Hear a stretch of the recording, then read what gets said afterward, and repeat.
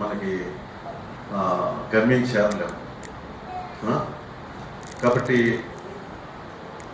Goal అలా కళ dream అంటారు కదా, అర్థమవుతుందా?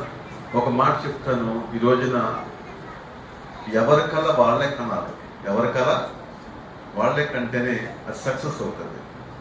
కానీ ఈరోజు చాలా కుటుంబాల్లో పిల్లల గురించి తల్లిదండ్రులు కలగంటున్నారు, పిల్లల గురించి తల్లిదండ్రులు కలగంటారు, కానీ కళలు కలలాగా ఉండిపోయి. అర్థమవుతుందా? తల్లిదండ్రులు పిల్లల గురించి కలగంటే ఉపయోగం ఏమీ లేదు, ఎక్కడో 1.5% జరగచ్చేమో.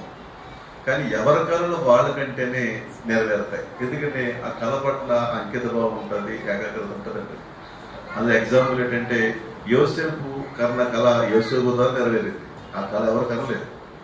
దాంట్లో ఎన్ని రిస్క్ వచ్చినా ఆ రిస్క్ని జయించుకుంటూ ముందుకెళ్ళి, ఎందుకంటే నా కళ ఆటంకం కాకూడదని. యోసేపు కళ ఏంటి? అతను సింహాసనం ఎక్కుతాడు, అందరికంటే ఎత్తైన స్థానంలో యోసేపు కూర్చుంటాడు. అతని స్థానం గొప్పదిగా అతను కలగన్నాడు. ఆ కళ పాడు చేయడానికి అపవారు ఎన్నో ప్రయత్నాలు చేశాడు.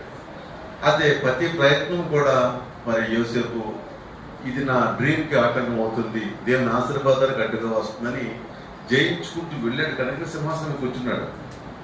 ఆ మధ్యలో ఎక్కడ పడిపోయిన యోసేపు అడ్రస్ మనకు తెలియదు. ఇంకా మరి పోతీఫర్ భార్య ఇంటి దగ్గర పెద్ద సమస్య వచ్చింది.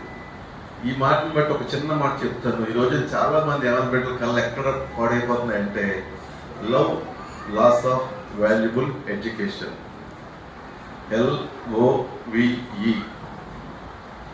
ఎల్ అంటే లవ్, వి అంటే వాల్యుబుల్, ఓ అంటే ఆఫ్, ఈ అంటే education. Love loss of valuable education.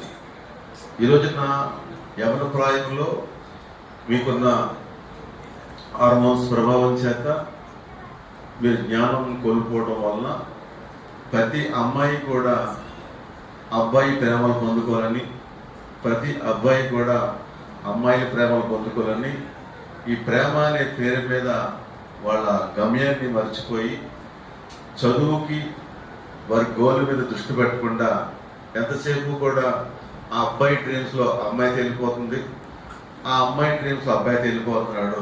వీళ్ళు కళ్ళు మూసినా కళ్ళు తెరిచినా ఈ అబ్బాయికి ఏమో ఆ అమ్మాయి కనబడుతుంది, ఆ అమ్మాయికి ఏమో ఆ అబ్బాయి కనబడుతుంది. అదొకప్పుడు ఇంత చెప్పినట్టు చెప్పినట్టుగా ఒక పక్క కళ్ళలో రీల్స్ కనబడుతున్నాయి,